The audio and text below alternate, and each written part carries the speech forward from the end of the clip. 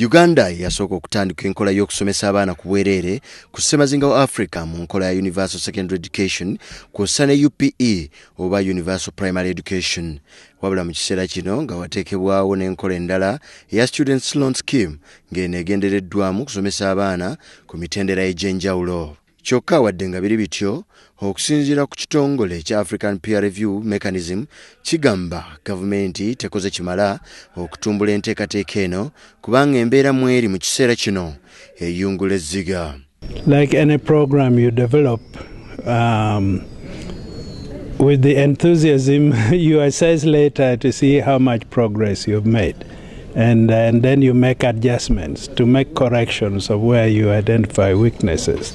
And if our report shows that people feel that UPE did not deliver as was expected, then the government will look back to see what aspects of UPE could be improved so that we achieve the objectives for which UPE was established.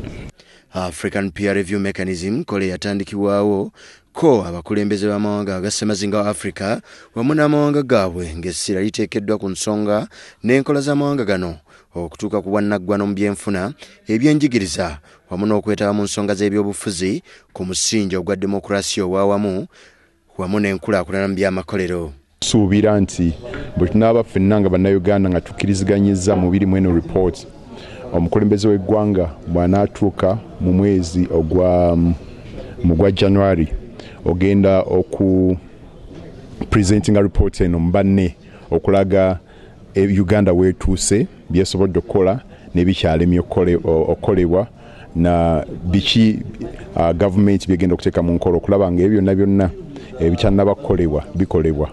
Amawanga okulaakulana ku mukago gwa East Africa Community kyetaagisa okusesera kutumbula ebyobusuubuzi mu katale k'omukago kyokka Uganda ekyalemereddwa okussa omutindo ku byamaguzi byayo okutuukana n'omutindo gw'amawanga amalala mu katale kano. You cannot be a strong EAC when the country is weak.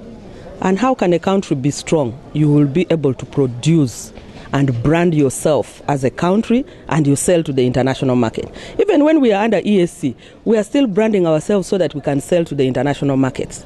So I think there is no failure in the integration.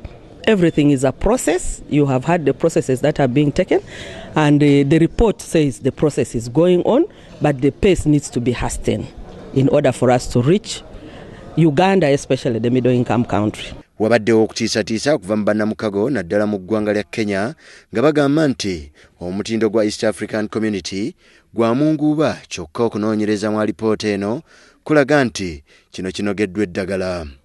Kaweesa Lubwama, WBS TV, Kampala.